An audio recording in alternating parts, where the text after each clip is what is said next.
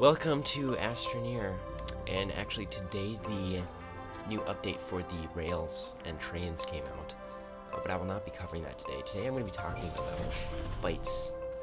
So you need bytes in order to research things in the research catalog, so it's kind of like a currency you can collect over the course of the game. And there's a few different ways you can get them. You can get them through non-renewable means, such as the mission logs. See, like right here, it's a bonus for one of the missions on there. And then you can also get them through scanning things in the research chamber. So you just insert an item, and then it will slowly break it down over the course of time, and you'll get bytes out of it. So over here, like, here's a mineral, a research item, and then you can just insert that in there, and then it'll automatically start researching it. If we take a look in here, then there's a total of 448 bytes in there, and it's going to give us about 23 bytes per minute. And so then you will build that up. But then there's also another way you can get bytes, which is, well, because here's the thing: as soon as you use this research item, as soon as it's done being researched, it's done, and you have to go find another one. There's no way you can keep getting them out. There's no way to keep. There's no renewable source from research items. But you can find these things called research samples, which grow on bushes or rocks or whatever, and you can just scan these automatically, or it says you can either scan or research to gain bytes. Now, scanning is only going to net you about like 20 bytes, but if you go and then you can also take them and put them in the research chamber, just like a research item, and you'll get about 3 times the bytes out, which is kind of worth it. And so, if we jump in our buggy here, then we can go find a bush. Right.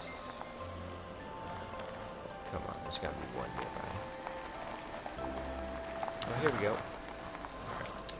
So then you can get out and grab these, and you're gonna get, 3 times the bytes out, which is worth it. Especially when you really start adding them up and you're trying to farm bytes. And coming back, then we can just, throw these in the research chamber and look at this, and about 60, yeah, 3 times. But the thing is, this is really tedious and really slow to just drive out there, fill up your inventory, and then come back. And so I was thinking, it's like, how do we make a better way to do this? And this is where the little tractor and trailers come in, as well as the Autoarm. So what you can do is Autoarms automatically pick things up from the green zone here, and then deposit them in the blue area. And then if you put an item in this little slot here, then what it'll do is it'll only pick up and move that specific type of item. So if we put one of the research samples down, oh, well, this isn't powered, so it's not going to work. If I put one of them down on a powered one, then it'll automatically pick it up, move it over, and then it'll get picked up by the next one, and then it'll be wait to put in once there's an open spot here. So that partially automates it, but it doesn't actually automate the collection of it. So you could just link up a bunch of auto arms, but that would get very expensive, and it's just really not a good plan. And so then this is where I thought of, could we attach this to, like, a tractor? And then we could just drive the tractor around. And so that's what I'm doing here. Because if you put the tractor, or if you put the auto arm on the tractor, then it can pick things up that are in front of the tractor. Okay, so then so it'll hold on to them, and then if we, we need a spot to store them, so if we grab some medium storage, throw that on there, now it can store it. Okay. But then the thing is, well, now we need power, because the auto arm consumes 1 power while active, and yeah, so we're gonna need power for this. So I'll be back in just a second here. Alright, so throwing an RTG on there and a little wind turbine, that should charge up the battery and give us enough power. So we should be able to see this if we turn the auto arm on, jump in the tractor, and then we can go start looking for bytes, or looking for research samples. So here's one, and so what you can do is if you approach up to it 10, not there, it'll actually have surprisingly good reach, and it'll pick it up and it'll store it, and you can store 8 on here. And then you can just go out and search for the next one. Alright, so here's one, and then you can just drive up to it, pick it up, and then move on to the next one.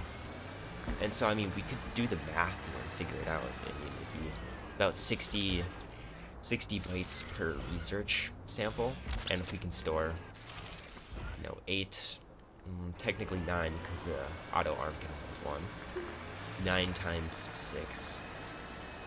Well, it's testing my math skills here. 53. So it'd be 5,300. So, 530 bytes per load. And you could also stack 2. You could move the power items from the back here up to the front. You'd probably still be able to pick things up then. And then you could just swap out the storage. And you could also get way more space and storage too if you just upgrade it to a medium or a large rover.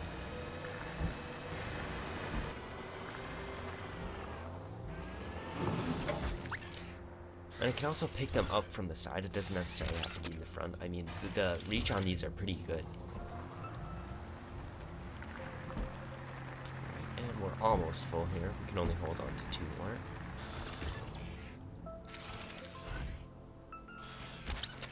And then we can head back for the, back to base.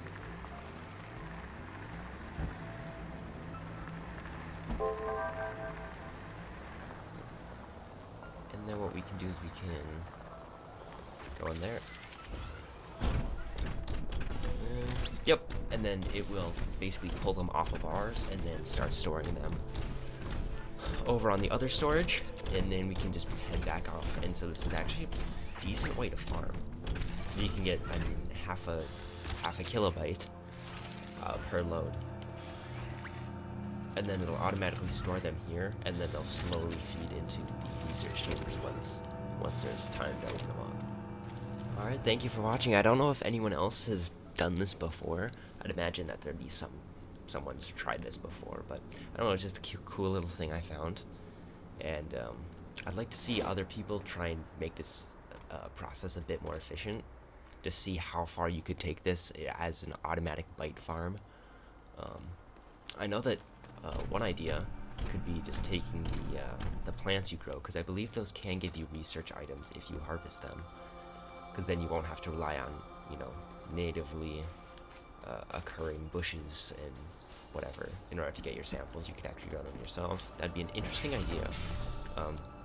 But yeah, I think I'm gonna look into the Rails update coming up shortly, and thanks for watching.